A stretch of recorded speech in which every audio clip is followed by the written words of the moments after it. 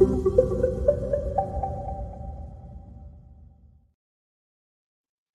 afternoon, ladies and gentlemen, and welcome to another episode of the Daily Friend Wrap. I'm your host, Nicholas Lorimer, today joined by Terence Corrigan. Let's get into our first news story of today, and this is an interesting piece in the Daily Maverick about micro-targeting through Facebook and Instagram. That is political micro-targeting by South Africa's political parties.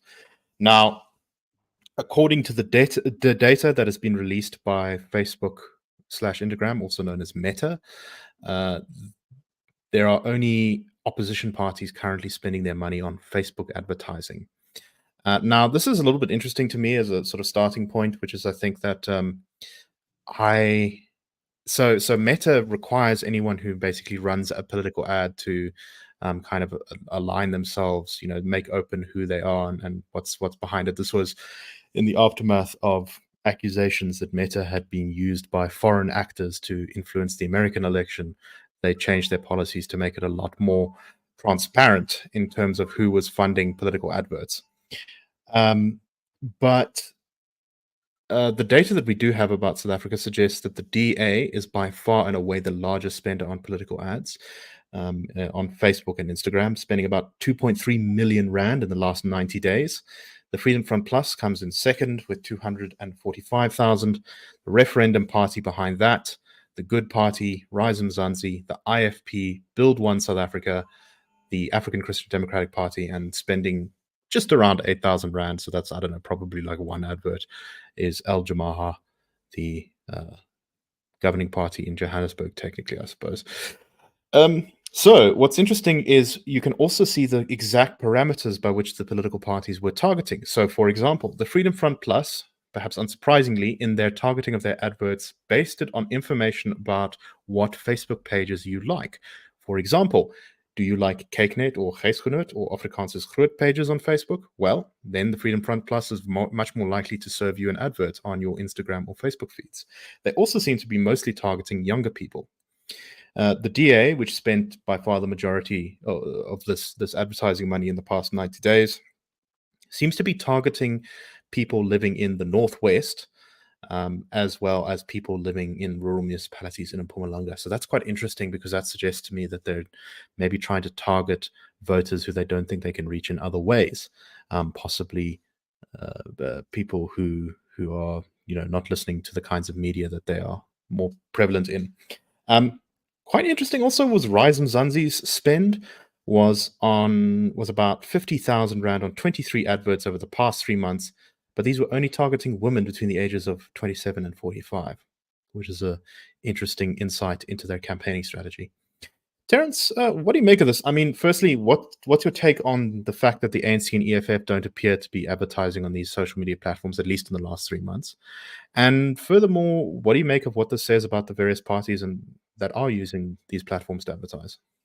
Well, look, I do think that the absence of the ANC and the EFF is an interesting phenomenon that probably requires further investigation and explanation. It's possible that it's going through some sort of front or, maybe put out by individual branches or, some sort of what the Americans would call a political action committee. I don't know.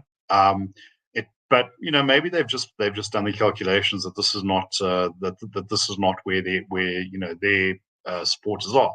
I think what this tells us is that political advertising is less about trying to sway people's opinions, although there is an element of that, then to appeal to those whom who are maybe broadly in your camp. I think this is the kind of logical extension of focus group politics that started to emerge in the last 30 years or so, where you determine what people are interested in, you target your messaging and your offerings accordingly. Now, this is often criticized, I think, with some justification, that it becomes very transactional. If you don't like what I have to offer, I'll offer you something else. And also that you are left in a sort of echo chamber. I think the journalist of this article makes that point quite. The point is well taken. That if you are simply seeing the pictures put out by parties that you are, all things being considered, likely to favor, well, that will just that'll just confirm your worldview. Now, it probably wouldn't change your voting behavior to see those of other options. But I do think that sort of thing is important to understand. Let's say how the other half lives. I understand there was once an experiment done where people where Republican and Democratic partisans in America were basically told to swap each other's news feeds for a month. When it came out, well, what they found was that it wasn't so much there was a change in the way that either side would vote, but there was a lot more empathy for why the other side would think as they did. And I think we could use a lot more of that. Interesting. This is quite interesting because, of course, many of the world's most developed countries have, for more than a decade now, been very invested in social media as a way to, change the outcome of elections. This was famously a big part of Barack Obama's campaign in 2008. And I think South Africa is often a little bit slow to take up some of these things. I think particularly the ANC can be a little bit more old-fashioned when it comes to political campaigning like this. But it is, if we could get the data for something like TikTok or something like Twitter, it would, I think, be quite interesting to see, because you might see different political parties on those platforms as opposed to Facebook. I do think this is also an insight into why the DA does quite well in elections. It's not just the larger amount of money they're spending in this particular realm, but it's the fact that they are utilizing this platform to reach voters who they probably couldn't reach otherwise. And I think that's part of the election machinery that often gives them advantages in elections. Look, if I just make one more comment, I think in the ANC's case, their support base tends to be disproportionately older, disproportionately rural, and African. That is a population that I think is still very wedded to radio. Right. So I think the return on African language radio for them, it just outstrips anything that they could get through Facebook. Exactly. I think that is a very big market. Those SABC radio stations, I think, are in many places the most important media in South Africa. Right. Anyway, let's move on to our next story, and this is a spokesperson for the South African Communist Party. It says that Western countries only thrive on war and oppression to remain in power, and they are now targeting South Africa for the support of South Africa for the liberation of Palestine. This was during the May Day rally yesterday at Athlone Stadium. This is why the SACP says that South Africans must unite behind the ANC in upcoming elections to prevent neoliberal forces and capitalists from taking over the government. Said, quote, these are massive elections, not only for the African National Congress and the people of this country. These are international elections against exploitation. These are elections between the African people as a whole and against the oppressors of the West who want to take us back. Well, that was an interesting time travel back into the year 1970. But Terence, what do you make of this? Well, I think it's almost refreshing in a sense to see that dogged commitment to ideology remains on some of our lips. Look, on the question of the West only thrives through warfare. It's their bosom buddies in Russia who now have a full scale, invaded another sovereign state. Special military operation. And let's remember that that the Cuban army saw service on many foreign shores. Ethiopia and Angola. Ethiopia and Angola, plus in Venezuela now, I think that there were contingents in places like supporting Maduro. Yeah, places like Nicaragua. I understand they also supported insurgencies in El Salvador. But the point is that you must also bear in mind that they received, as do the medical diplomacy from certain clients. They received large amounts of payment. And one Cuban defector said that unless the Spanish linguistic institution has changed its definition, that made them mercenaries. Just saying.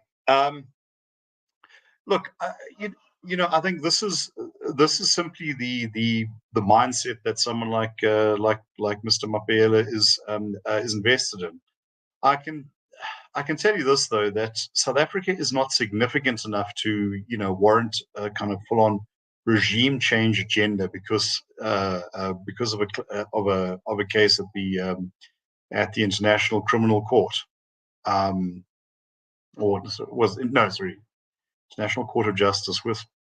Yeah, I think it's the International Court of Justice. I do get my ineffective global bodies mixed up. Yes. Look, the thing is that South Africa, as far as its challenges go, frankly, those dastardly imperialists can just sort of watch ANC governance unfold and let it take its natural course. But yeah, look, I mean, this is what you get from people whose ideological and political identities sort of outstrip reality. A belief in a sort of messianic role in the world, and the sense that everybody else sees things through your eyes. And I think that's been probably the great hamstring on South Africa, or the great torn hamstring on South Africa's diplomacy. And I look forward to the SACP blaming Western sabotage or something for the return of load shedding after the elections. Yes, perhaps indeed. Perhaps I'm being too cynical. That's an option. All right. Last one. Speaking of communists, Julius Malema has been on the campaign trail. Recent polling suggests the EFF is not in a great position. The Social Research Foundation's daily tracking poll, which you can find on their website, shows the EFF performing a little bit under where they performed in 2019. There's also been some data from Ipsos, which, in my experience of looking at the data, or my opinion, tends to underpoll the EFF a little bit, overpoll the EFF a little bit, suggesting that the EFF will be on around 11%, which, if it turns out to be the case, basically means almost no growth for the party, a little bit of growth maybe. So Malema also seems to have recognized this. He's talked more about deploying the ground forces, as he calls them, of the EFF and ramping up campaigning. And I think that's the context in which to see this latest speech that he gave. He was talking to mine workers at the EFF's Workers' Day celebration, and he said that mine workers must receive 17,500 Rand as an entry-level salary as a minimum a month. He was in Hammanskraal when he said this. He went on to say, "We are going to share the wealth of South Africa. The people of the mines risk their lives going underground, not even sure when they will return. They dig out the gold, they take out the manganese, but if you look at their salaries, nothing speaks to what they are working for. So we want mine workers' salaries to be like the gold they produce." Terence, what do you make of this? I mean, funnily enough, yep. Being a miner is, it's hard work, but it is also a job you can get generally without that much education beyond high school, and also, it's mostly kind of physical labor, and 17,500 Rand a month that's not a bad wage. Look, I think I would say that's quite high. Yeah, look, there's a few things going on there. First of all, funnily enough, I remember Philip Dexter making a statement like this back in the 1990s. I think he was either an ANC MP, or he went off to NEDLAC, and he was saying we're insisting that miners in South Africa should be remunerated along the lines of their colleagues in Germany and the United States. Interesting for a communist to raise those two countries rather than Cuba or North Korea, but there it is. Right. Look, I think that because of South Africa's particular history, mining has a particular ideological significance. So read about this in something like Alan Paton's "Cry the Beloved Country," and that's he was a kind of business sympathetic writer. But so there's a reason why you make that sort of claim. I think the other thing is that it's about throwing big promises with one or two assumptions. One, that you'll never have to actually deliver on them because you won't have to carry the can, but it's a populist one-upmanship game. Or two, that you assume that somewhere there's this vast vault of riches, like Scrooge McDuck's vault. That and all you have to do is get the key from whatever white monopoly capitalist happens to have it dangling around his neck next to a little bag of gold. That's not not how things work. Yeah, by all means, you can go for something like this, and which either means your commodities are so expensive that no one will buy them. Two, you can do it for sort of 3 or 4 months until everything collapses. Or three, you just print the money and say, be damned, your money's not worth anything anymore. And then 170,000 a month because it'll buy you even less. But yes. This is exactly the problem is that the mining industry at the moment is in a very bad state. It keeps shedding jobs. So It doesn't matter. You can make those salaries as high as you want. At the rate we're going, there's not going to be too many miners left if we don't turn things around in the mining sector very soon. But here's the thing, and possibly the brutal truth is that the sort of muscle labor, labor intensive mining that we've had, that's probably an industry that is slowly ebbing out. We have vast mineral resources, but not the kind of big nuggets that South Africa, was raised on. You've got a phenomenon in places like Australia now. We have a little modular, mine where 4 or 5 people can go and extract, a small volume that is not economically viable with the current methods we use.